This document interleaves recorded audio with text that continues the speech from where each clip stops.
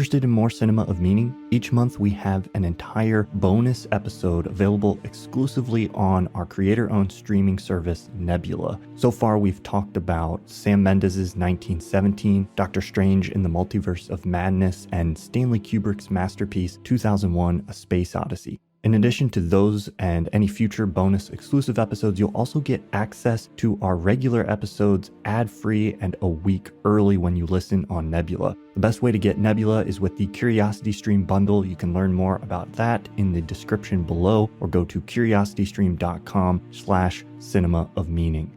You can even plug the Nebula feed into a normal podcast player and listen wherever you like. Sign up today to get more cinema of meaning and access to all the other great content on Nebula.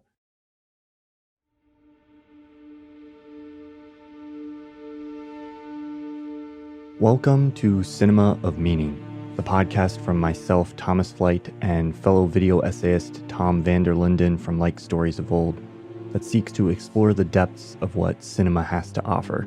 This week, we'll be talking about David Fincher's film, Zodiac. Tom, what was it that made you interested in discussing Zodiac? Zodiac has always been, strangely enough, like a comfort movie for me. I think of all David Fincher's films, this is the one I don't think it's necessarily the best. He's made a lot of other great films, but it's one that I have probably rewatched the most. And a while ago, I saw it pop up on Reddit. It does so every now and then. Someone saying this is my favorite Fincher film, or I love rewatching this film, and that always makes me go oh yeah, that's so right. I want to rewatch it again. And it's just a weirdly fun film, almost, even though it's based on real tragedies, but it draws you into its mystery in such a fascinating way that it becomes compelling as much as it becomes, or as it is horrifying and horrible to, especially when you consider the real world victims and just the real world tragedy of it all. I'm literally just getting a emergency message on my phone, urging citizens to stay inside. If you're listening this right now, it's Storm Eunice. It's going over Western Europe right now, and I think it just arrived at my home. So, if you hear wind in the background of Tom's audio, that's why. Yeah.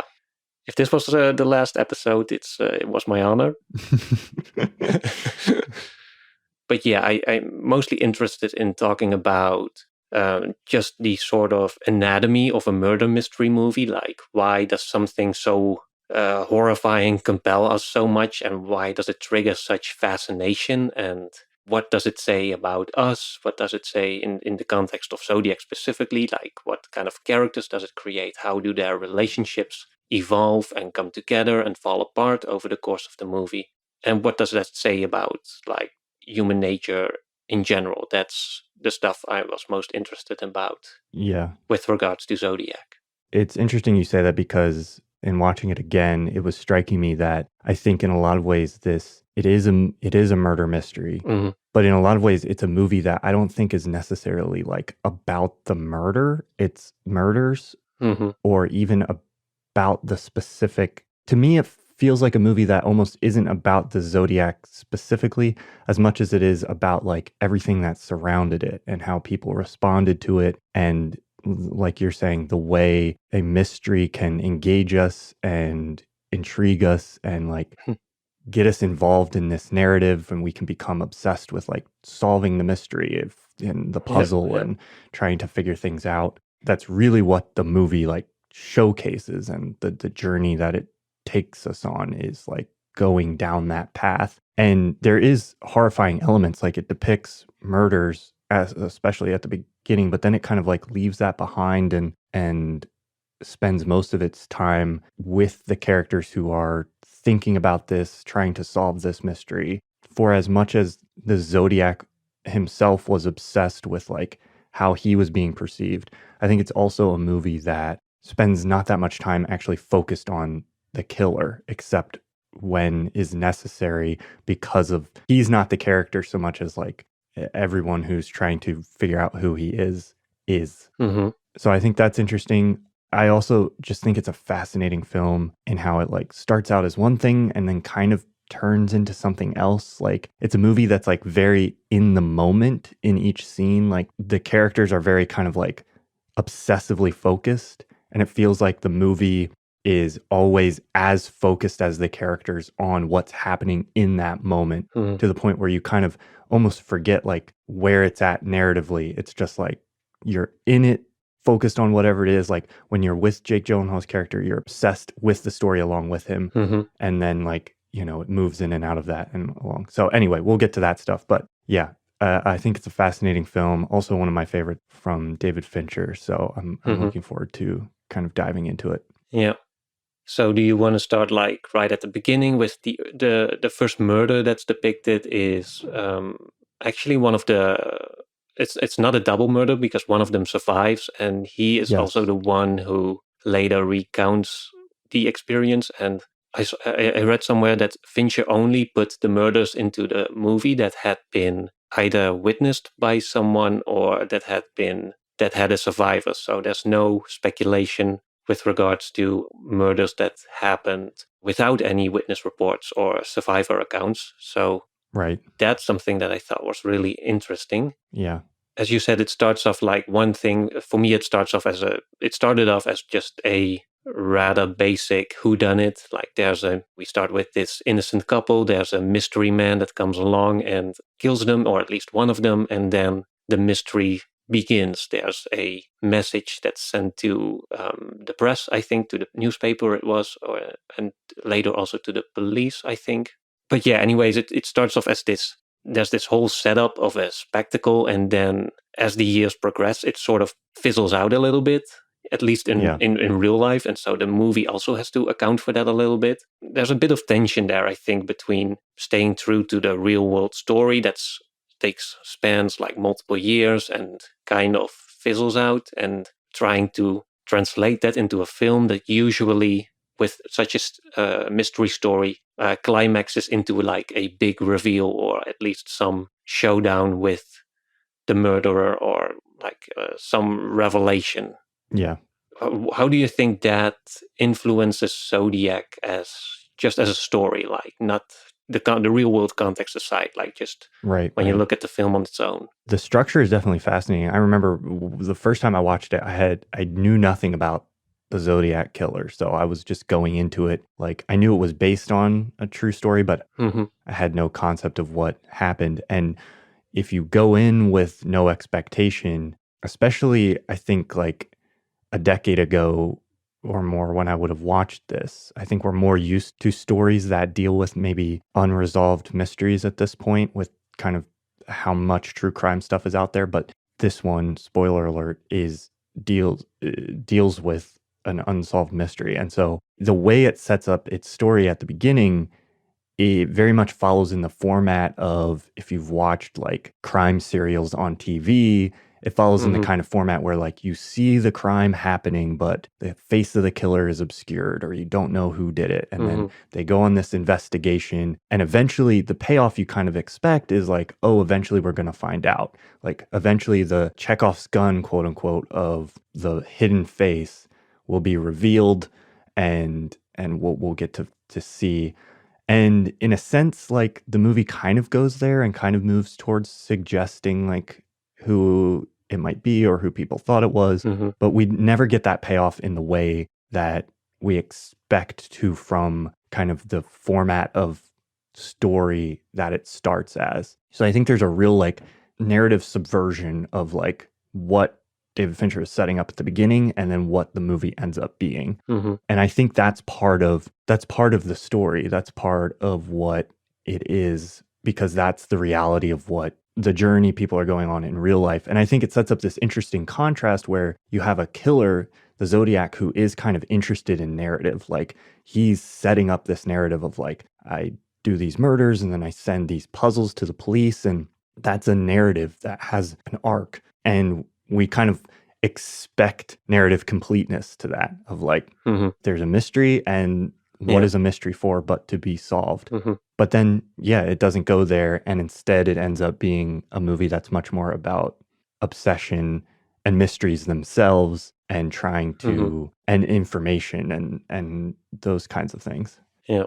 I remember being a little bit disappointed with the film when I first saw it back in, I think 2007 that it was, because I also wasn't familiar with the Zodiac killer except from like the name, and I knew it was a real story. But I also remember it being, or at least in my perception then, it felt a little pointless. Like, what's the point of this dedication? Like, why we're breaking down this mystery if I already know it's not going to be resolved? But yeah, I remember feeling like disappointed by the ending, especially like there's no real climax. There's a suggestion, but it's framed as like this is Jake Gyllenhaal's character's personal conviction. This is not like a statement of truth or like a definitive revelation. But for some reason, I kept coming back to it. Like I would forget about the movie for a while, then think about it again, and then revisit it. And that's what fascinated me a lot about this film. And I think it has to do a lot with the main character played by Jake Gyllenhaal, who is essentially a character who has no stake in the mystery, or at least in the investigation. If you look at some of the secondary characters, there's the journalist who's at some point is threatened even, and he obviously has his job on the line, and he has a responsibility when it comes to what to report and what not to. Then there's the police investigator played by Mark Ruffalo, and there's a whole bunch of investigators at like different police stations, which creates some fun interactions as they try to share information, which doesn't always go smoothly. But anyways, you get for them that it's their duty, it's their responsibility to engage with this. But for Jake Gyllenhaal's character, he kind of is the audience's character who just engages with it for the mystery. He sees a puzzle and he wants to solve it, which I think mirrors a lot like what the audience feels in such a story. Like it's almost a composite character for the audience who has no direct connection to the story, but it still desires to be in it in some way. It wants to be a part of it. Yeah. And I also thought like when you have some other, like if you think of other murder mysteries or mystery stories, there's almost a sadness to a mystery being solved, because then you're kind of done with it. So there's, even when the film has like a great revelation or a great twist at the end, there's still for me always this like a little moment of sadness. Like the mystery's gone, everything falls into place, and it might be fun to rewatch the movie like once to see like, oh, this is how that will fit in later, and this is how that will fit in later. A revelation changes the mystery like fundamentally, so you can never experience it again not knowing. And with Zodiac, or any other unsolved mystery, that element is always going to be preserved. Right. Yeah. Or at least until they maybe get a breakthrough in the case in real life, like they catch who did it after all. But I think that's unlikely at this point, or at least for the context of the film, I'm not sure if it would matter much. Could be interesting to see like where the film had it right or wrong, but for now, at least, there's still the element of mystery is still preserved, and that I think that is also what keeps people enticed to keep coming back to it. That's also what still gives it stays fascinating in a way that other mysteries don't. Yeah, there's a line when Jake Gyllenhaal's character starts working on the book, or has the idea to write the book. He's like, maybe if I put all the information together, it will like jog someone's memory, or like, shake out the pieces and we'll figure out who it is. And I think it's like in the context of this being a real mystery, I think there's that allure kind of exists within the movie itself to some extent, where I don't think anybody truly has the fantasy of like, oh, I'm going to watch this movie and like, I'll solve the mystery. But that feeling is there where you're like, oh, theoretically, I could put these pieces together and maybe like see a connection that other people haven't, or something like that. Like you can become engaged with especially in the second half, like Jake Gyllenhaal's obsessiveness, Robert's obsessiveness, because like there's still like a payoff out there potentially, which I think is fascinating. I like that you can see that in the relations between the characters. Like I really love how, especially I think it's in the second half of the film, that everyone else has pretty much dropped the case except for Jake Gyllenhaal's character, and then he tries to get information out of the detective, and he's like, I cannot tell you this, and I certainly cannot tell you that you should look there and there. He's so sick of him. And then there's that great scene where like he's finally putting most of the pieces together, and he like entices Mark Ruffalo into like going to a diner with him and like finally sharing all the information that he has. And they really bond over, like, we see the Mark Ruffalo character's obsessiveness a little bit in the first half, but then like the second half of the film really focuses on Robert. But when that moment happens, you can still see that like the same brainworm of like really wanting to figure this out and really caring about the mystery is still in Ruffalo's character's head this entire time, because like even though he's annoyed and even though he's like, I can't tell you anything, leave me alone, he gets caught up in things again when Robert comes to him with like with some new information or whatever. He like can't help himself. Yeah, I think that's part of what makes Zodiac in particular so great. It knows where to place the conflict. Like, I think a lesser film would have played it more directly. Like, you would have like Jake Gyllenhaal's character Robert try to get information from the detective, and the detective would be like, no, I cannot give you that. And they would take that as the point of conflict. Like, there's an interpersonal conflict, but this film knows, no, the real conflict is we want to solve this mystery. We want to engage with it. And so I like that they kind of go beyond the superficial conflict, and they create all these little bonds between the characters, because he's not the other detective too. He's at one point, Robert goes to a detective at a different station or like a different county. Yeah. And I think it was about trying to get a hand writing example from one of the suspects, and he explains to Robert, like, you can do that by getting a warrant, which you can't, or by having him volunteer, which you probably won't. And so then he suggests, like, you can get creative. Right.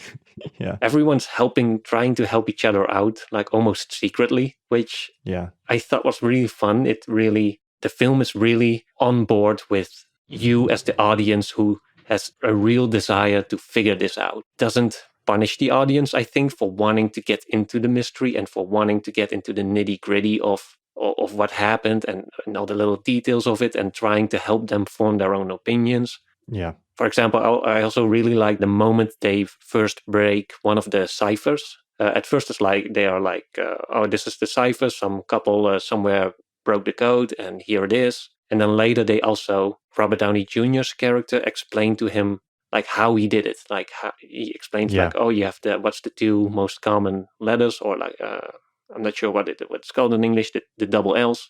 That's and with that, you can probably guess what word he uses. So you can, as a murderer, he probably uses kills. So then you look for those symbols, and it's a movie that really makes you feel smart. It takes you on board, and it really brings you along with the investigation, as if you're like an intern working the case and who has to pick it up where it's left off at this point.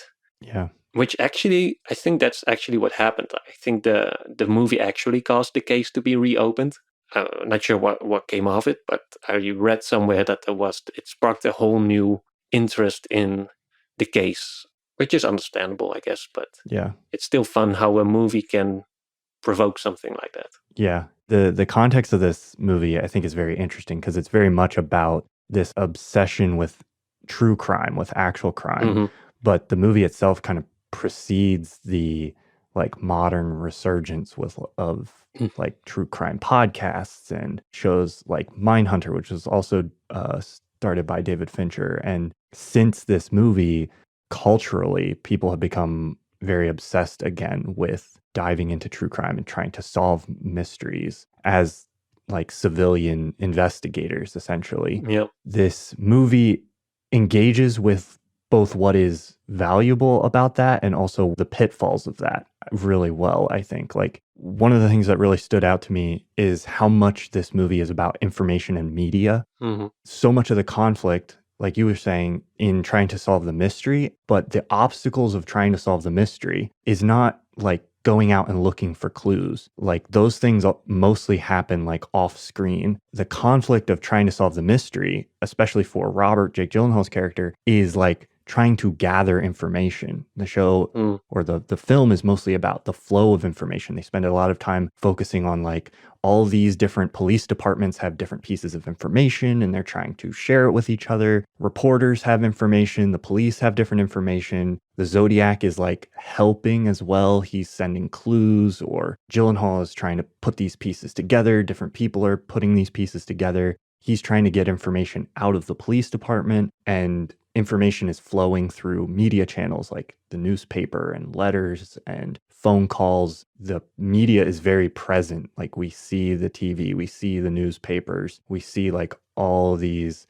elements. The film is not entirely uncritical of like the way in which that the kind of the excitement of that and the like raw, it fuels a certain, like we already see the movies that come out of the story in this movie. We see the news reports that come out of this, and we see how the Zodiac himself is kind of engaged with this idea of like appearing in the news or being a part of this story, where he kind of falls off for a while, and then once Gyllenhaal starts investigating him again, it like reinvigorates him, and he starts like sending out letters again. And there's this relationship between like the investigator and the revelation of information and the story of what's happening in a public sense, and sort of like the allure for the Zodiac of like creating this mystery. Because, you know, in order to create a mystery to be solved, you need somebody trying to solve it on the other end, or there's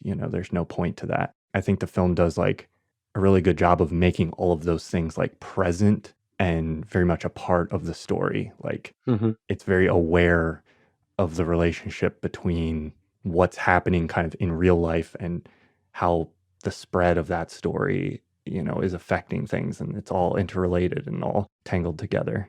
Yeah.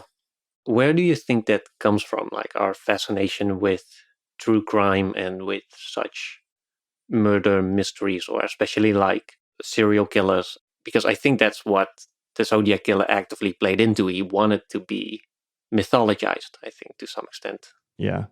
Or at least it looks that way. Gyllenhaal kind of says it at the beginning. He's like, I love a puzzle. Like that's one of the first things he says early on as he's starting to gain interest in it. And so you could say like, why do we love a puzzle? I don't know what that is exactly. The same reason we investigate the world around us and try to, you know, learn more about it and, you know, figure out what's true with science and all of these things. But like, I think that's the core of it. Like at its heart, it's a puzzle to be solved. And there's something about that puts hooks into our brain. Paul Avery's character at one point, like after years have passed, jumps way into the future, and Robert tracks Paul Avery down, the reporter, and finds him at his house and is like still obsessing over this case. And Paul Avery's kind of like moved on, or at least tried to move on. I think you get the sense that like Paul Avery has been obsessed as everybody else. Like there's these three like primary characters. You have Mark Ruffalo, Jake Gyllenhaal, and Robert Downey Jr.'s character, Paul Avery.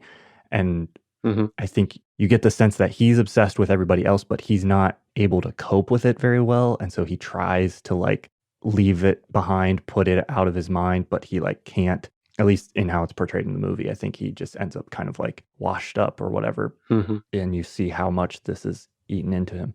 But anyway, Gyllenhaal goes to him and he's like, why are you obsessed with this? More people die in their commute to work or whatever than this guy has killed.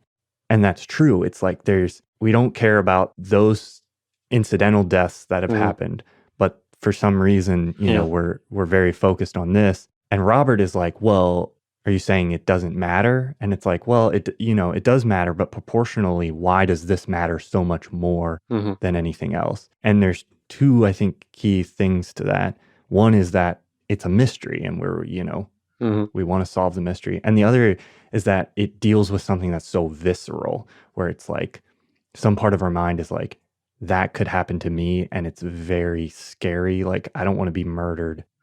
That's scarier than dying in a car crash on your commute to work.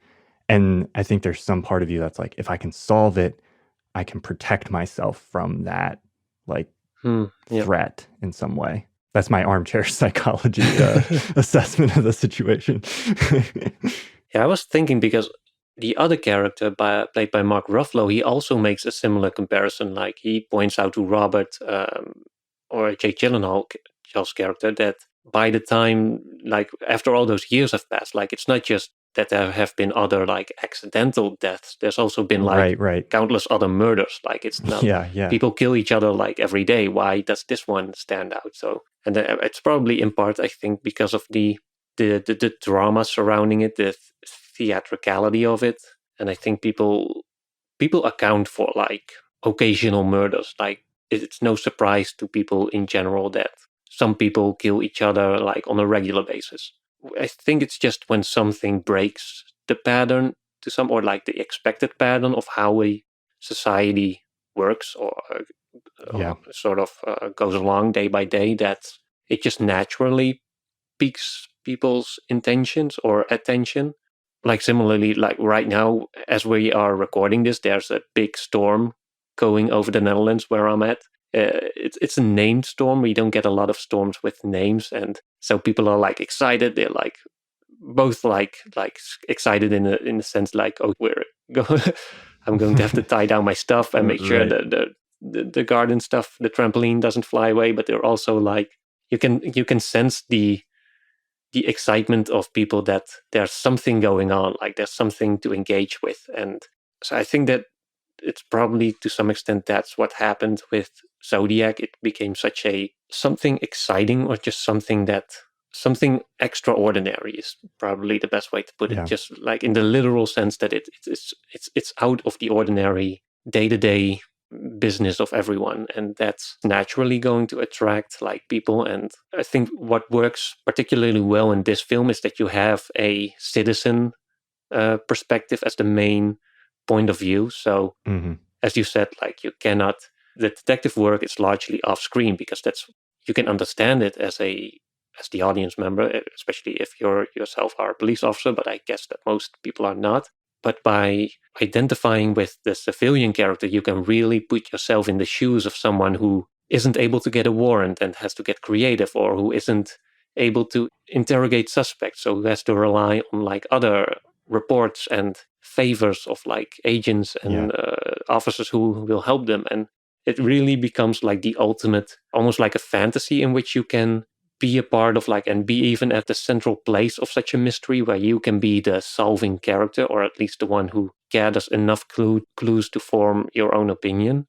Yeah, I think that's what makes this film in particular. There are other great murder mystery films, I think, but I think that's this one in particular that makes it so effective and makes it so enticing for people to keep return to. This film touches on an aspect of like the murder mystery story that I think like we don't get from a lot of other ones. A lot of that is because of that perspective that it takes, that I think is unique, and the way that it engages with that. I think it's also very much about like the idea of how we discover and understand the truth, and like the difference between evidence, being able to prove something, and what's true becomes kind of a central theme, especially in the second half. There's a line at some point, one guy says, "You know how I know it's real? I saw it on TV."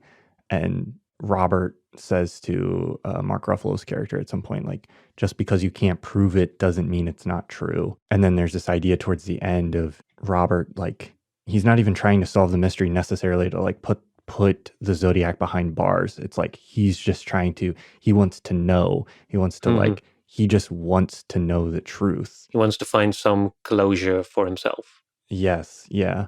It's very fascinating to explore, like, what does that mean? How do we know what's true? And the intricacy of like discovering what's true, but outside of the framework of like the criminal justice system. And so like it implies like that kind of both Mark Ruffalo and Jake Gyllenhaal's characters believe that Arthur Lee Allen is like the guy. Like it kind of suggests that that's the conclusion. Well, it says explicitly that's the conclusion that Robert comes to.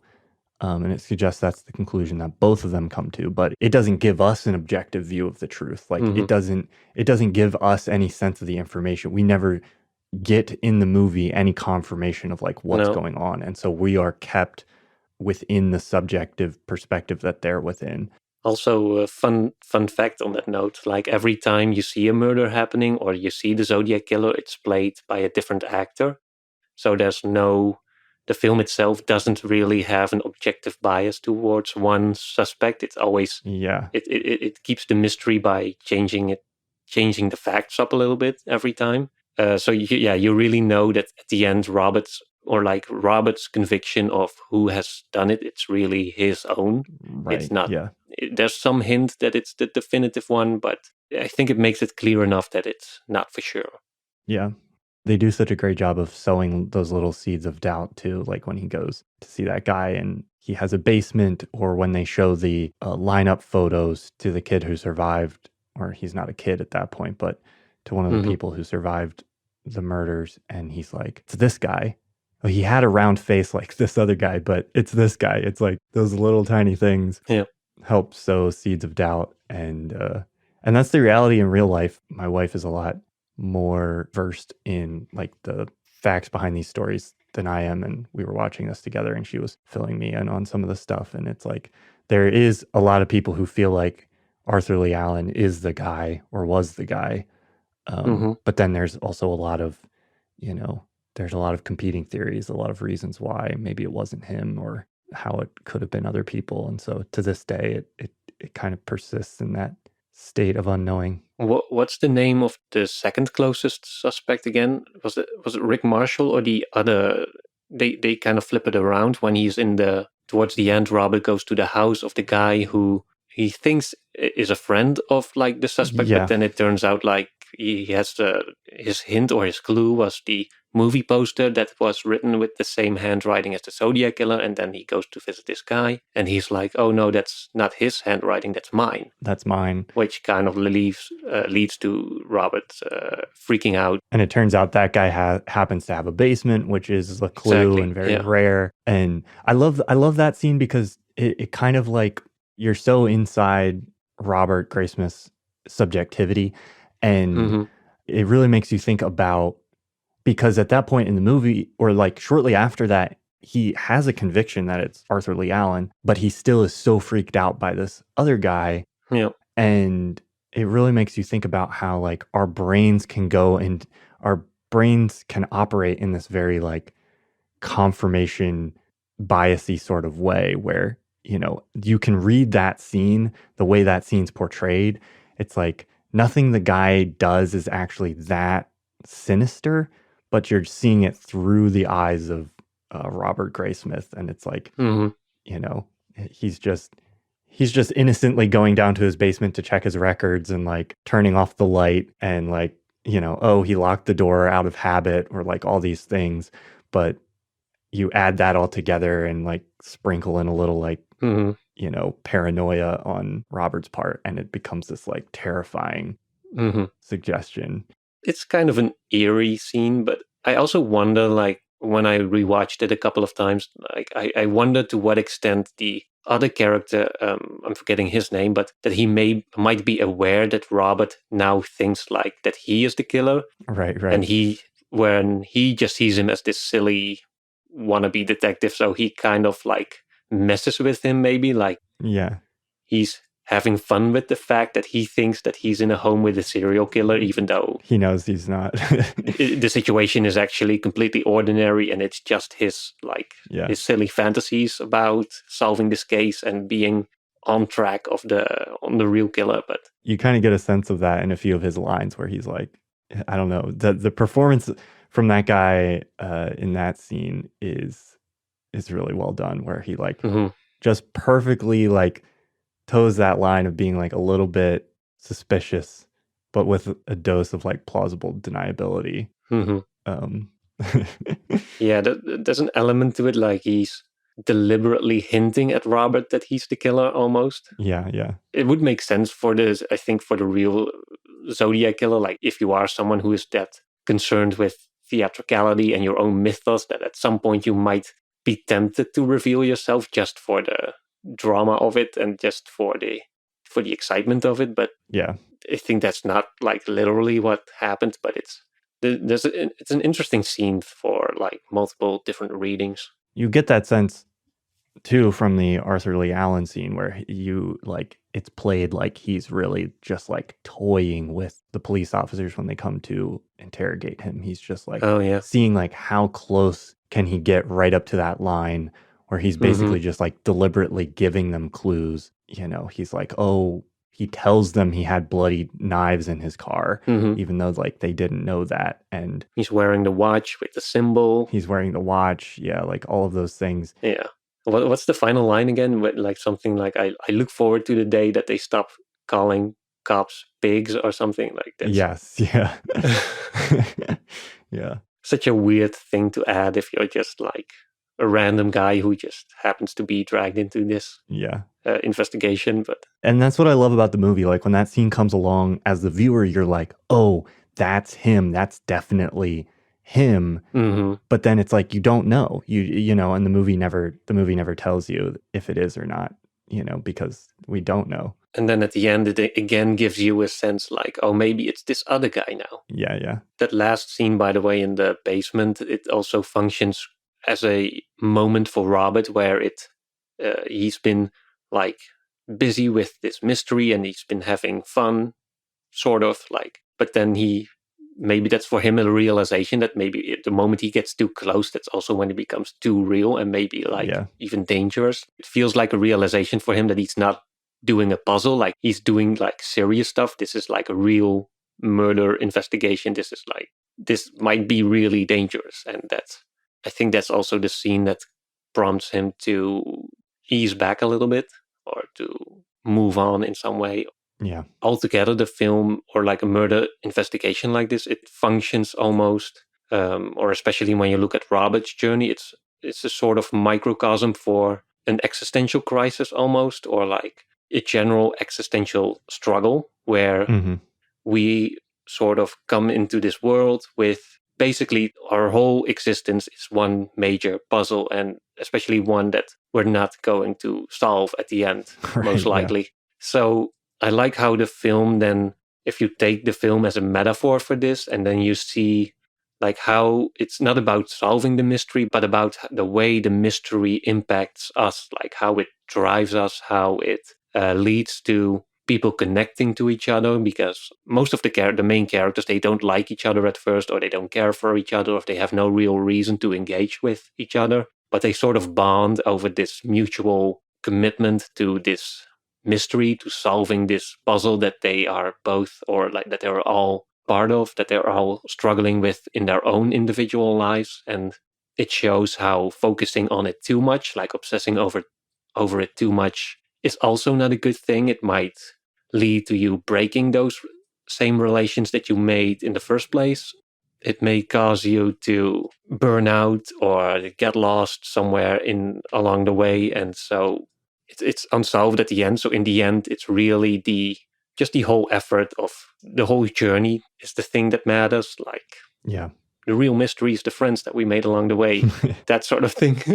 Well, and at the end, you can only land on like, oh, this is what I feel is true. I think is true. Yeah, that's what I was gonna add. Like, that's the last note. Like, in the end, you just have to find your own personal closure, like your own little nugget of truth that's enough to keep you going, or to make you keep going and not get lost in the mystery, but also not detach from it completely. Yeah, I thought it was an interesting like comparison to make. Like, I think that's maybe unconsciously what makes this film also so effective at keeping people engaged and keeping people coming back to it.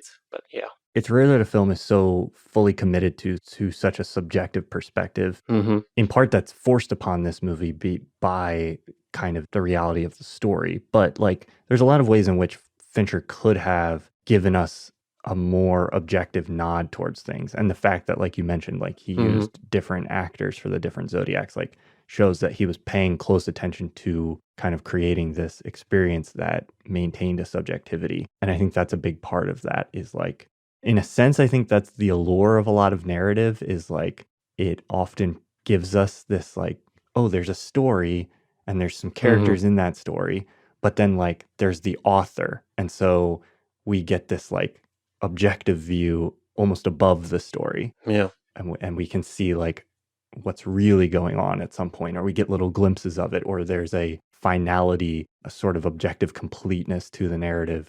But those aren't really things that you like, you get within your life. You are stuck within the subjective perspective. And so to watch a movie or watch a story that really goes the extra mile to maintain that perspective, I think makes it that like that exploration of those themes or those ideas in such an interesting way. I was thinking too, it's so committed to being about the mystery at all times. Like you see personal relations develop and break apart. Like you can see Robert, he starts dating this new girl, but on their first date, they talk about Paul Avery's character and how he might be in trouble because he's following this clue from this anonymous stranger. And so their whole date together is still revolves around the mystery. And then you see the detectives too. They talk about their personal. You feel like you get a lot of insight into people's personal lives, yet it always happens like in between the lines when they are working the mystery. So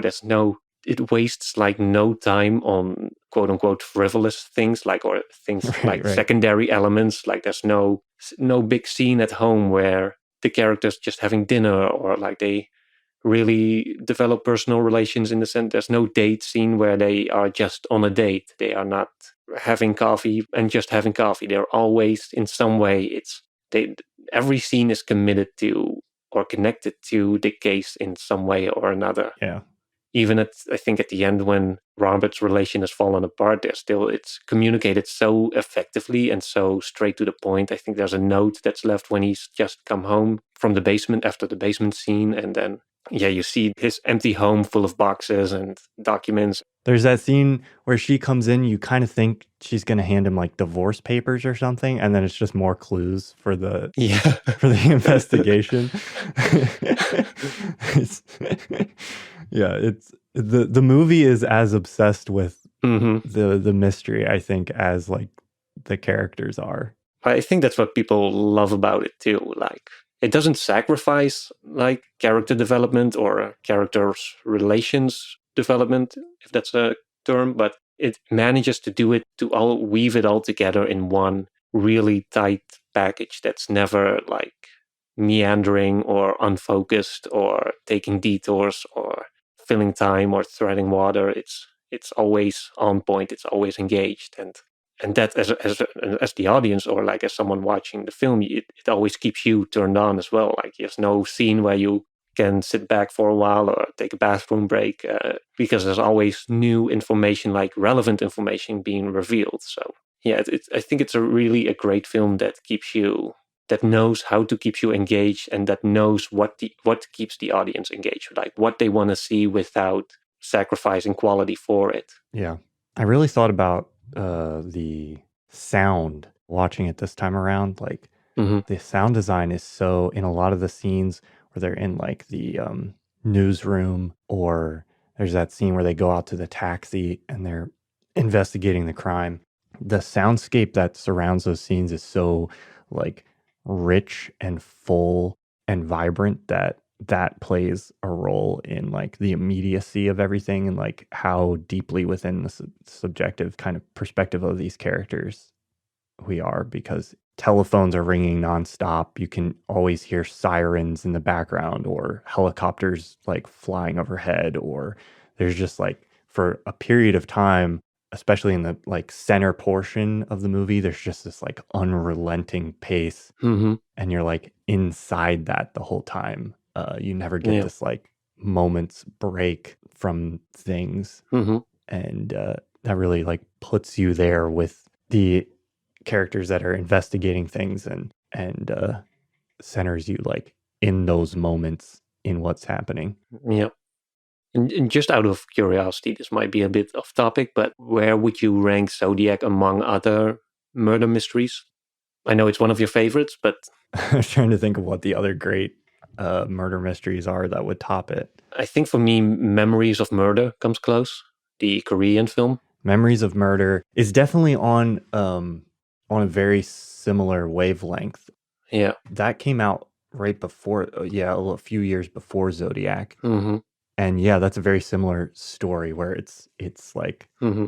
I saw that after Zodiac, so I don't know if that colors my opinion of things. And I want to watch Memories of Murder again. I've only seen it once. I've only seen it once too, but it nevertheless left like a really strong impression on me. Yeah. Without going into spoilers, there's both in Zodiac and in Memories of Murder, there's the suggestion at one point. In both films, there's a detective asking a character for what the serial killer looked like a witness. And in both cases, the answer is like, oh, just normal, like a normal looking person, which I think is also an interesting point in what makes these mysteries so fascinating, that after all that build-up, you kind of expect it to be some kind of monstrous or like evil genius villain character, but then the idea that it's just like an ordinary looking person who would not stand out if he walked past you on the street or something, that I think is also part of what makes it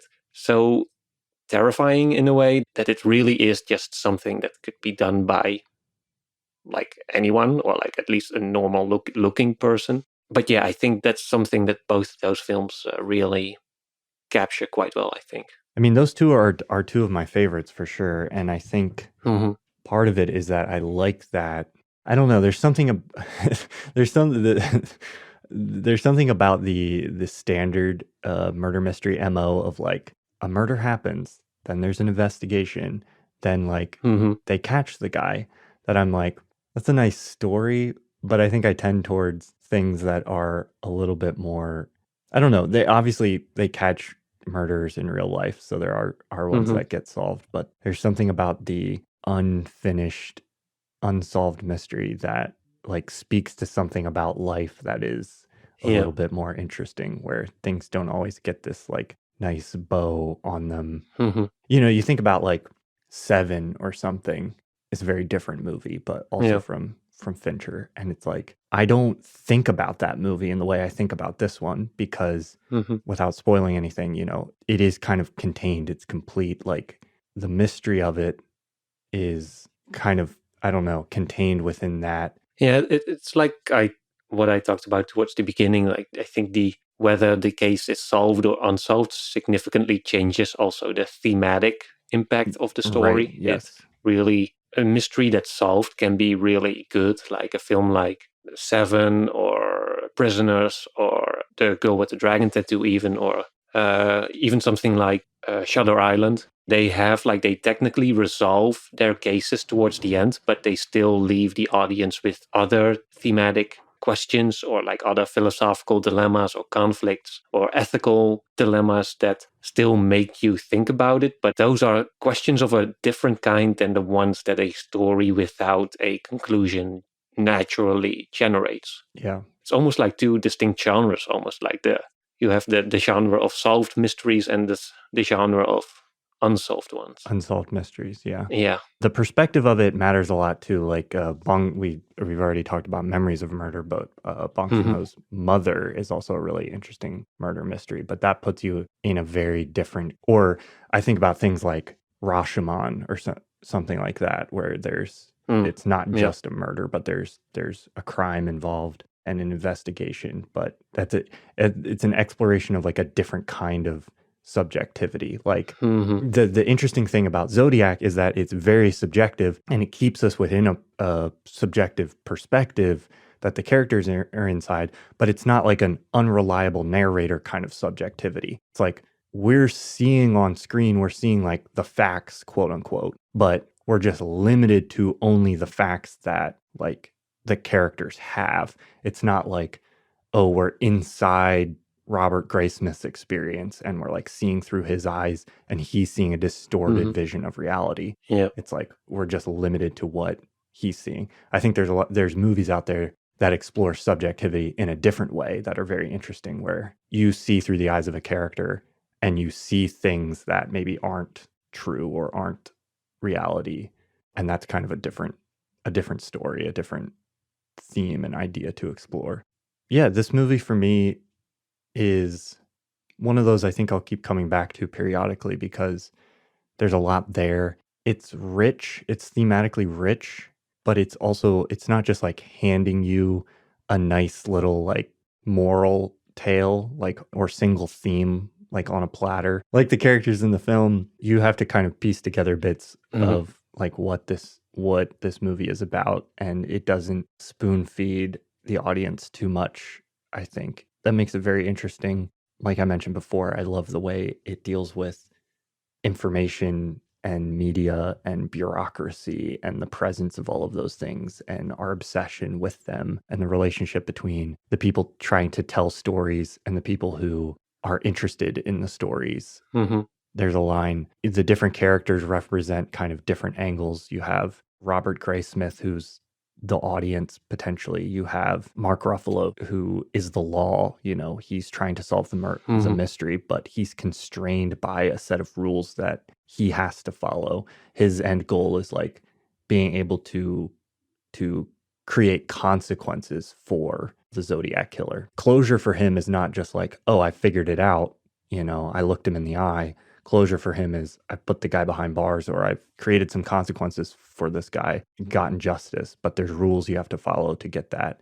And then you have Paul Avery, who is very much this like cynical character who is kind of like, he at one point he says to Robert Graysmith, like, what's your angle? This is good business for everyone but you. Like he kind of has this, he sees it as like, I'm a newsman, I'm profiting from this, you know, the cops get something out of this, the Zodiac killer gets something out of this. Like, you know, he just has this cynical view of the whole thing as being like, he doesn't quite understand that someone would be genuinely interested in the puzzle. Yeah. Or any puzzle for that matter. Right. He only sees like the benefit that's in it for himself and for the other people around him. I love the tension between all of those things. Yeah, I agree with all that. There's one thing I would add, like, there's a comment I once read somewhere. It said that it's a movie about people who are good at what they're doing.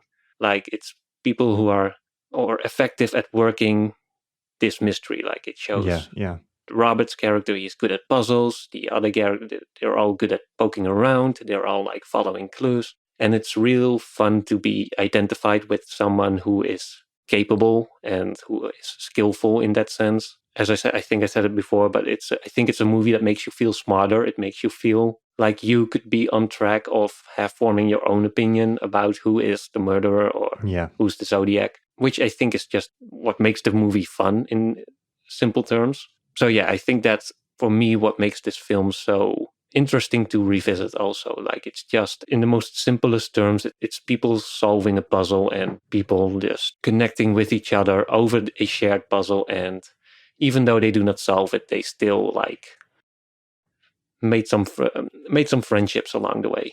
Yeah that's a great point about watching people be good at something, because I think it's one of those rare stories where like you watch all these people do a good job and they're just thwarted. They're not even thwarted by the Zodiac himself. They're just kind of thwarted by the circumstances of the rules, or just the way the chips fall, or life just kind of like gets in the way of their goal. And I think that's a very, like, in a sense, like a very not romantic story, but a very true to life one.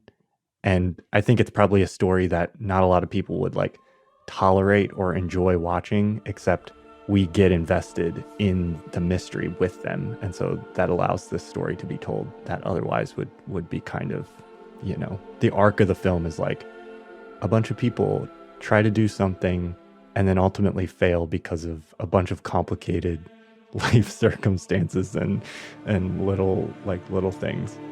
On paper, that's not that exciting, but you have a mystery to like carry you through that, and it gets the job done. Thank you everyone for listening. If you enjoyed the show, please check us out on our creator-owned streaming service Nebula, where you can listen to all of our episodes a week early. Right now, the best way you can get access to Nebula is by signing up for CuriosityStream, which comes with a free Nebula subscription. To learn more about that, just follow the link in the show notes, and we'll see you again next time.